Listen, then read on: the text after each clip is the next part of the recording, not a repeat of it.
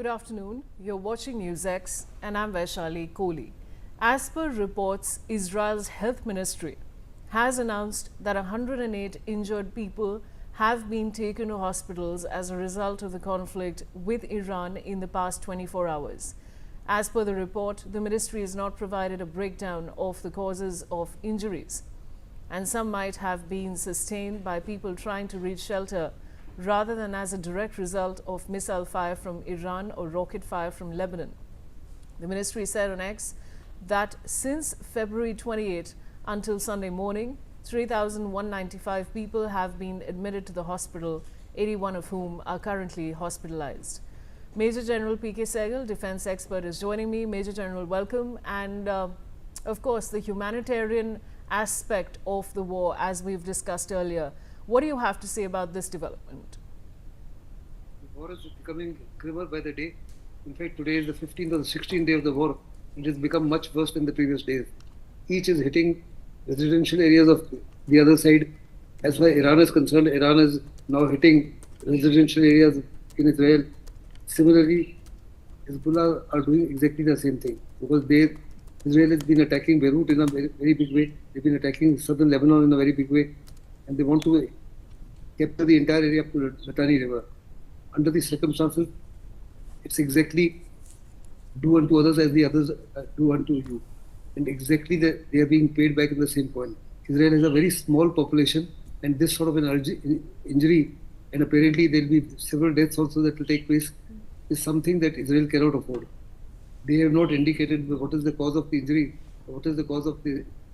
But the very fact that number of people have been admitted to the hospital, it is a pretty grave situation for a small country of the size of Israel and a small population which is just about 9 million versus 92 million as far as Iran is concerned. And in fact, Israel is surrounded by almost 500 million worth of adversaries, inclusive of Iran. So far, in all previous war, Israel has been able to achieve 100% domination over all these. But as far as Iran is concerned, it's a different kettle of fish. It was totally underestimated by Israel as well as America. The staying power as well as the capability and capacity of Iran. They've been preparing for this conflict for the last 40 years, and they have a very large arsenal of both kamikaze drones as well as missiles. They've got hundreds of underground cities which are absolutely full of kamikaze drones as well as missiles. America and Israel both were under the impression that after a point of time, the number of attacks being launched by them will decrease. They have decreased to an extent, that's a fact of life.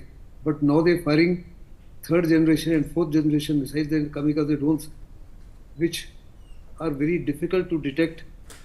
They can maneuver, they can also operate under intense electronic warfare environment, and they are causing a huge amount of loss of damage, loss of property, and loss of lives. And it's unfortunate that there seems to be no end to this war. Americans are still not clear as to what exactly do they wish to achieve out of this war. The military aim and the political aim is not clear. There's confusion as far as the White House is concerned. The American public seems to be vertically divided. More than 60 to 70% of the people are against Trump's handling of the war. As far as J.D. Vance is concerned, the Vice President hasn't opened his mouth at all.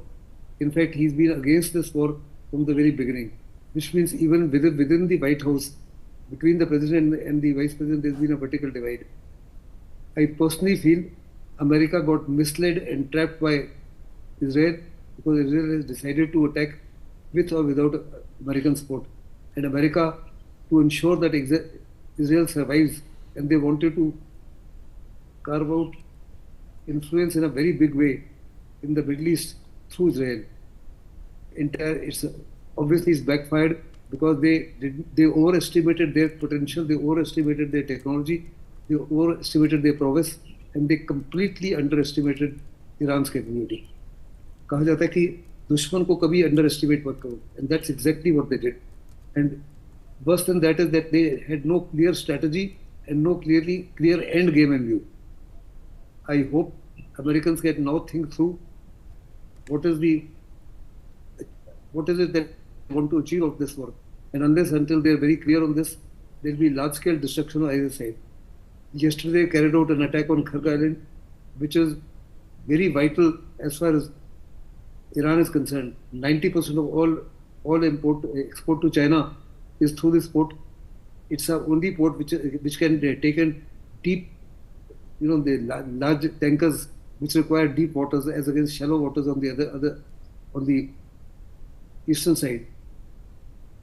And it can service up to 8 to 10 tankers at the same point of time. It can load up to 7 million tons of oil in a single day. This was the economic lifeline of Iran.